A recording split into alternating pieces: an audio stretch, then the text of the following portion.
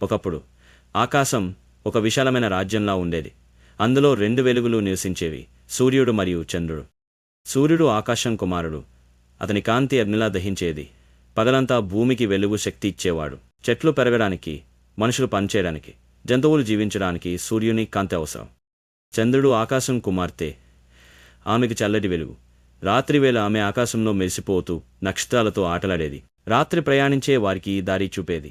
అలసిన మనసులకు సాంత్వన ఇస్తుంది. ఒకరోజు చంద్రుడు ఆకాశాన్ని అడిగింది, నానా, సూర్యనయ్యతో కలిసి ఎందుకు ఉండలేకపోతున్నాం?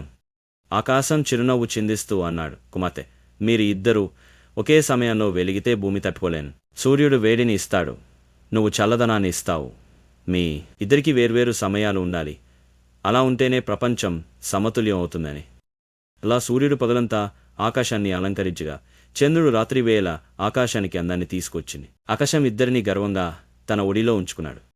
నీతి: ప్రతి ఒక్కరి పాత్ర, సమయం వేరు. మనం మన కర్తవ్యాన్ని నిబద్ధతతో చేస్తే ప్రపంచం అందంగా ఉంటుంది.